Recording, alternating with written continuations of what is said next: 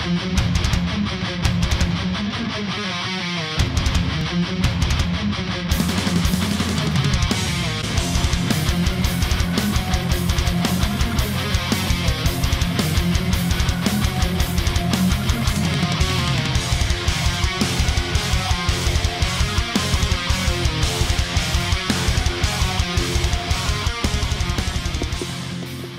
tout le monde, bienvenue sur Home Gear Backpacking. Alors après à peu près 10 mois d'absence sur YouTube, je me réveille, je m'y remets. Certains se sont demandé si ma chaîne avait, si j'avais fermé ma chaîne, si je randonnais toujours. La réponse est oui. Pour expliquer ces 10 mois d'inactivité apparente, tout simplement pendant 10 mois j'avais pas grand chose à dire. Donc pas beaucoup de nouveautés, rien à montrer. Bon, YouTube, les vidéos, c'est sympa, mais quand on n'a rien à montrer, bon, c'est pas très intéressant. Donc voilà, j'attendais d'avoir un petit peu de nouveau, un petit peu de nouveauté à vous présenter, à vous montrer. Et puis aussi, il y a une part de fainéantise. Il m'arrive d'être une feignasse, et là pendant 10 mois, ça a été un peu ça. Donc j'ai continué à me promener, à faire des sorties, à dormir dehors. C'est pas pour ça que j'ai rien foutu non plus. J'ai profité de ces 10 mois pour explorer ou réexplorer des options, des sets, du matos. Donc il y a des choses que j'ai un peu redécouvertes. Et ça m'a fait un petit peu revoir mes positions sur mon set, sur mon kit dans l'ensemble. Et sur de nouvelles pistes qui valent le coup d'être prises en compte pour ceux qui veulent s'équiper. Donc voilà, je vais vous présenter tout ça. Dans les petites nouveautés, ça va être notamment au niveau de l'abri. Donc on va abandonner un petit peu le tarp au sol. Là, ma dernière vidéo, c'était mon custom, mon méga tarp custom. Donc tente ultra légère, couchage au sol. Et du coup, je me suis réorienté vers l'option du hamac. Donc on va voir ça avec un nouveau projet custom que je vais tester aujourd'hui pour vous. Et au niveau de l'outillage, le Tomahawk. Le Tomahawk qui est souvent mal considéré en comparaison à la hache, et souvent pour de mauvaises raisons. Voilà. Allez, je continue ma marche. Donc là, je me rends sur un terrain privé, avec l'autorisation évidemment du maître des lieux. C'est pas toujours le cas, mais bon, quand l'occasion se présente, j'en profite. Donc voilà, je continue ma marche, et quand je suis là-bas, on reprend la vidéo. Alors, il commence à flotter, donc j'ai un peu installé à la va-vite. Voilà à quoi ça ressemble quand on vient de l'installer. 2 boudins tendus entre des arbres. Bon, comme c'est la première fois que je fais le montage, c'est-à-dire en situation, en live, je vais voir si j'ai bien placé mon hamac par rapport donc au tarp. Donc ici le hamac, ici le tarp. Alors ce système ce qui donne l'apparence de boudin, c'est un système, on va dire, que les anglo-saxons appellent les snake skin. Ça permet, voilà, de faire un montage assez rapide, plutôt discret. C'est un mode de stockage en fait. Quand on n'est pas dans l'abri, bon, on le range comme ça, tout simplement dans un système de chaussettes qu'on fait coulisser pour libérer la toile sur le hamac comme sur la bâche. Alors donc voilà mon nouveau set, on va dire hamac tarp. Alors on a 2 éléments ici. Donc le hamac, hop là. Le hamac qui en fait est un DD hammock. Alors c'est ce qu'ils appellent le camping hammock. Je crois qu'ils ne le proposent plus. Que j'avais déjà présenté dans une vidéo d'un petit bivouac à Rambouillet. En fait, qui est un 2 couches. Donc la deuxième couche, bon, j'ai fait quelques petites bidouilles. Tu vois ici, voilà, j'ai rajouté de quoi fixer des arceaux. Et ici une petite ligne de tension, simplement pour remonter l'ensemble. Hop, du coup ça fait un vrai petit cocon. Hop là. Voilà, avec le sac de couchage. Alors l'inconvénient du hamac, on le sait, c'est le refroidissement par temps froid sur la partie inférieure, parce qu'en fait le corps vient écraser les fibres du sac de couchage, du coup ça retient beaucoup moins la chaleur au niveau du dos. C'est pour ça que toujours chez DD Hammock, voilà, j'ai pris cette qu'ils appellent un under blanket. Donc c'est une espèce de couverture qui se cale en fait sous le hamac pour garder la chaleur. Là je viens de faire une nuit, c'est vrai que c'est très efficace, c'est vraiment très confortable, ça garde vraiment bien la chaleur. J'étais assez impressionné, c'est vraiment sympa. Ça fait un petit poids en plus, mais bon, le hamac, le bivouac en hamac par temps frais, c'est évident que bon, bah, il va falloir un petit peu plus de matos chaud. Voilà.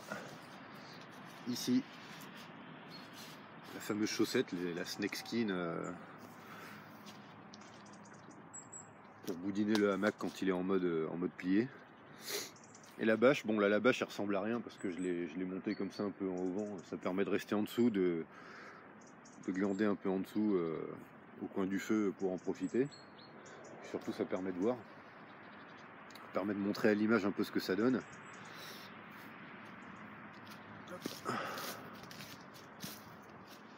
Ici.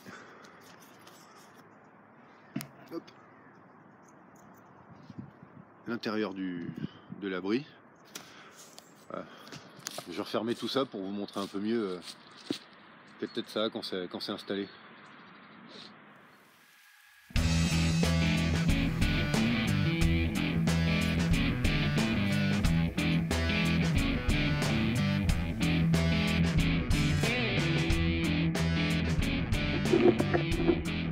Et voilà la bête. Donc on remarque ici, petit montage que j'ai fait, bon ça c'est des bidouilles que j'ai fait vite fait. Voilà, le montage avec les arceaux, ça permet en fait de tirer la structure de la bâche vers l'extérieur. Du coup on gagne en volume à l'intérieur. On va voir ce que ça donne. Hop. Voilà. Je crois que c'est quand même assez spacieux, peut-être pas trop évident là à l'image.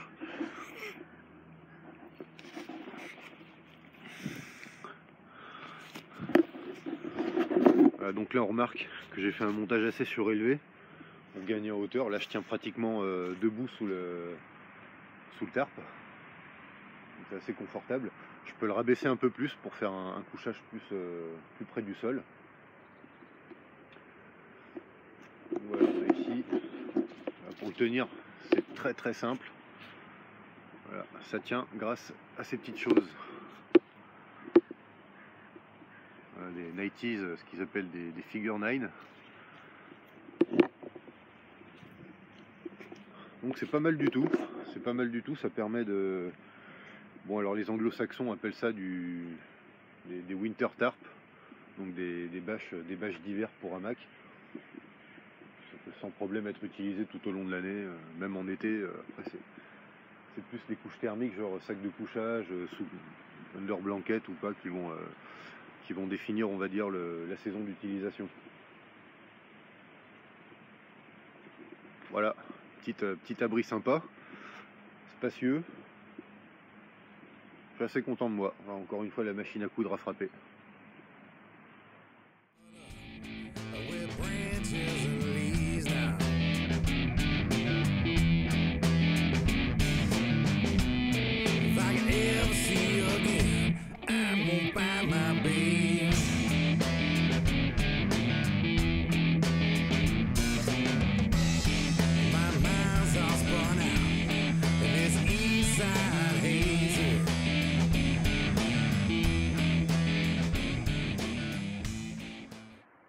Comme je le disais, depuis quelques temps, je m'intéresse au tomahawk comme outil de coupe, parce que ça me paraît être une assez bonne option. D'abord, l'outil est assez sympa, et contrairement à ce que pensent beaucoup, il est très efficace. Voilà, très souvent, le tomahawk est décrié parce que, soi-disant, moins efficace qu'une bonne vieille hache. Bon, alors attention, il ne s'agit pas de dire que le tomahawk est meilleur que la hache. Si la hache était si mauvaise que ça, les bûcherons ne l'utiliseraient pas, tout simplement.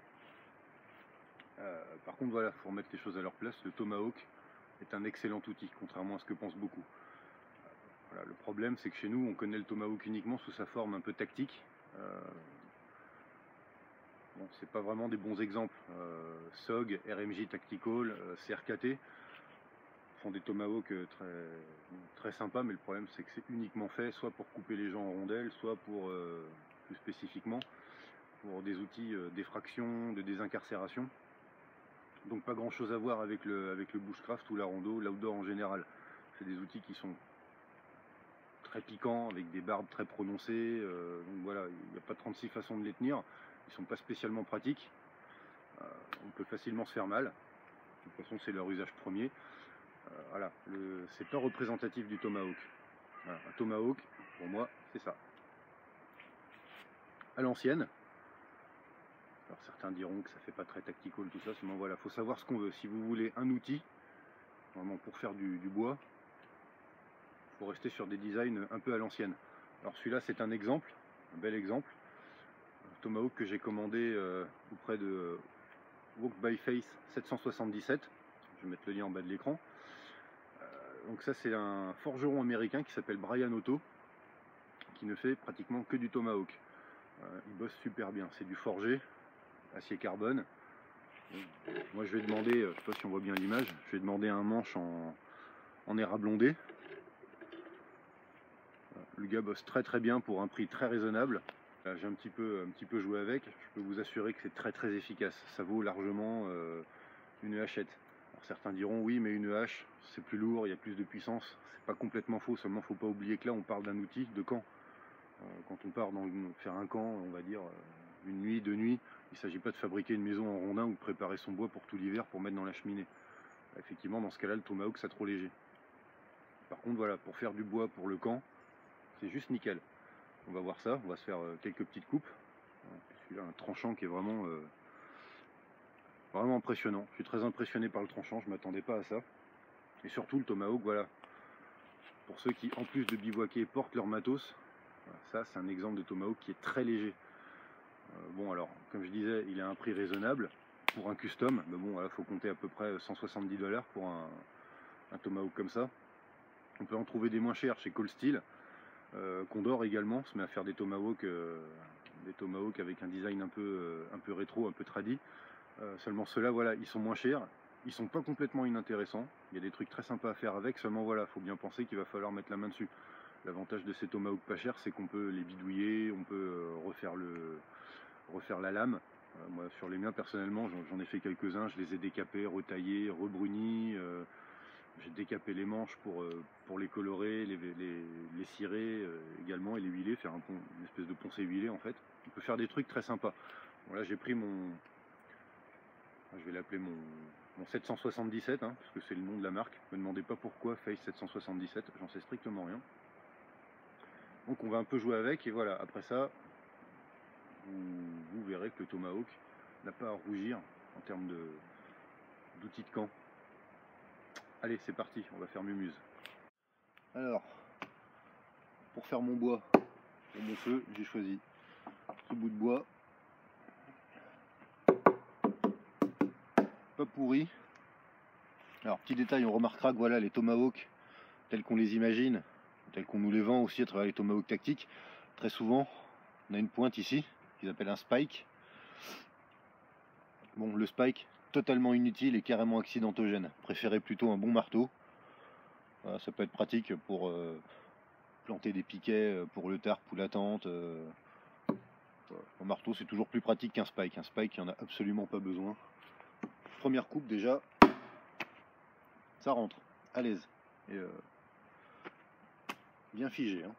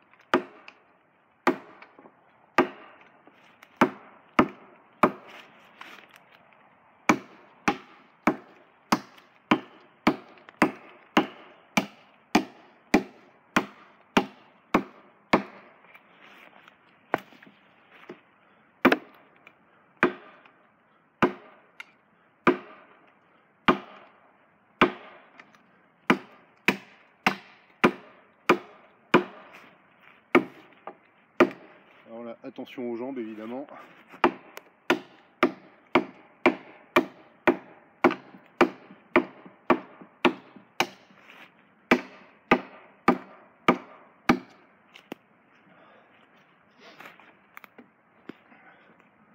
Attaquer de l'autre côté.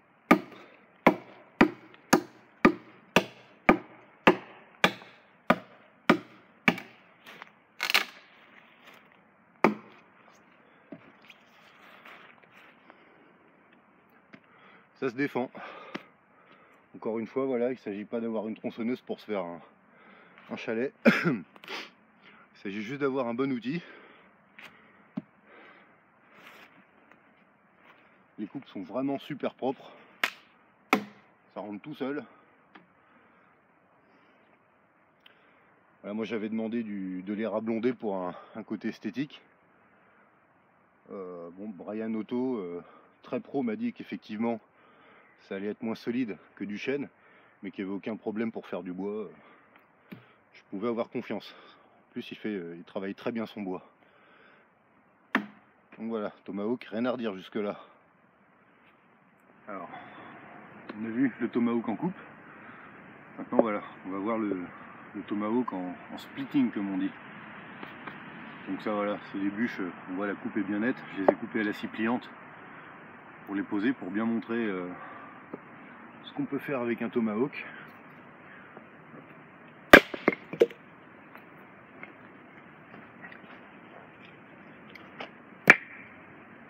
Voilà.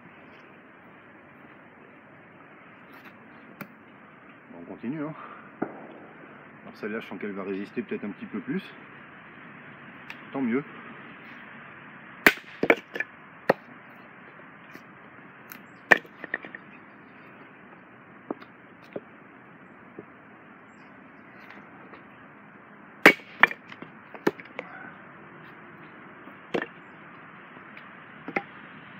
Alors une autre technique quand le Tomahawk, quand on peut pas faire tenir la bûche, c'est de choper la bûche dans la longueur et de la claquer comme ça.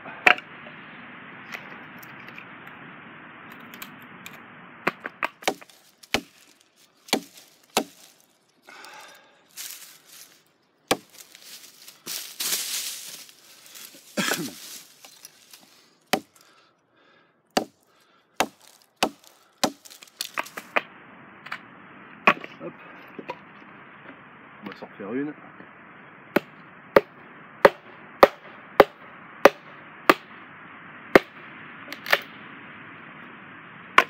Voilà. Ça marche très très bien.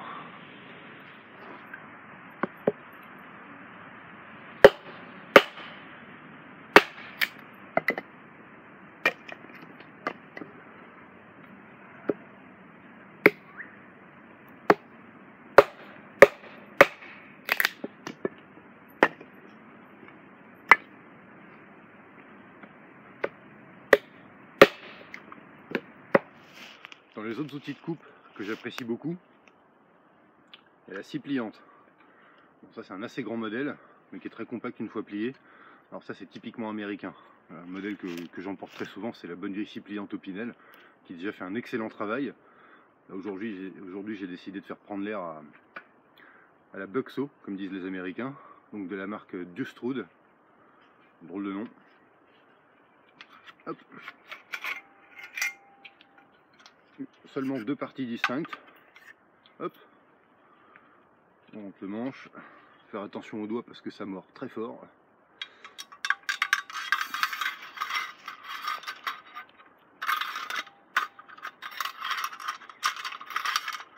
Hop. Bon, c'est de l'alu donc forcément c'est un peu bruyant. Hop. Et voilà. Donc ça, je vais faire une petite pochette pour la glisser sur le côté du sac à l'extérieur.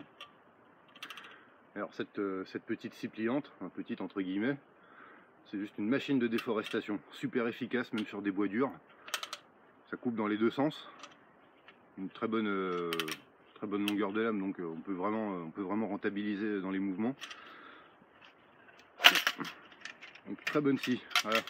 On va voir ce que ça donne. J'ai trouvé un bon bout de bois là. Pas pourri, bien dur, bien résistant. Il ne se laissera pas faire. Hop.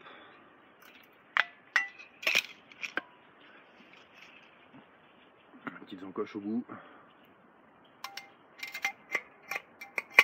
Une encoche pour le boulon à l'extrémité de la lame.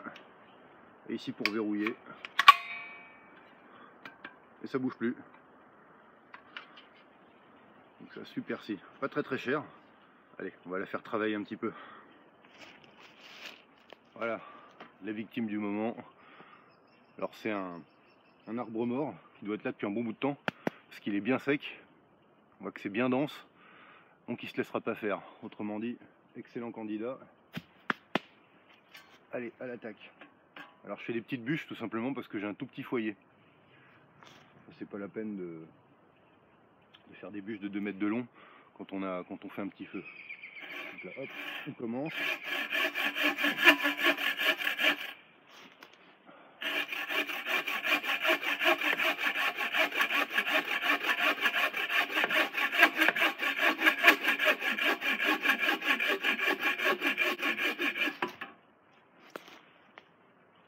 Ça va très vite, la coupe est propre.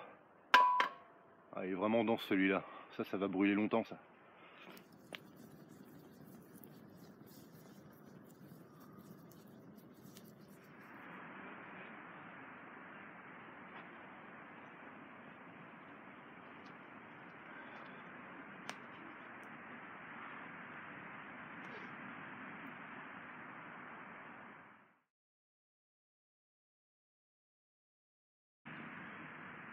Bonjour tout le monde. Ah bah, j'ai passé une bonne nuit dans mon petit hamac. Vous voyez, je suis bien installé.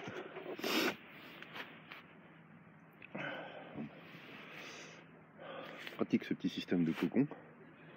Ouais, petite chose à laquelle il faut faire attention. J'ai remarqué ça 2 ou 3 fois. Il va falloir que j'arrange ça. Voilà. Les petits bâtons qui servent de tension pour la hamac. Quand on passe à côté, si on se penche, on a vite fait de s'en prendre un dans l'œil. Donc ça va être un truc à voir. Bon, allez, faire un petit café. J'en ai bien besoin quand même, parce que ça caille. Et voilà, fin de la petite vidéo. On a remballé, maintenant c'est retour à la maison. Voilà, donc c'était une petite vidéo vite fait un peu pour vous montrer grosso modo les petites nouveautés du moment. Voilà, toutes les petites choses que j'ai, un peu les petites pistes que j'ai réexplorées depuis les 10 derniers mois. Voilà, il y en a encore quelques-unes. Je ferai des vidéos un peu plus détaillées, aussi bien sur mon tarp, mon hamac tarp, et aussi sur le Tomahawk. Voilà, ça c'était voilà, juste une petite présentation. Donc j'espère que ça vous a plu. Ça donnera des idées pour certains. Voilà, donc stay tuned, comme disent les Américains, pour les vidéos suivantes, qui ne tarderont pas à venir. On va pas attendre 10 mois, pas cette fois. Voilà, plus la saison hivernale, c'est la meilleure saison pour faire des sorties. Les sorties commencent à cailler. Allez, moi je rentre à la maison, je vais me prendre une bonne douche parce que mine de rien, on a beau aimer le bivouac et compagnie, une bonne douche chaude, c'est pas du luxe. Allez, à bientôt.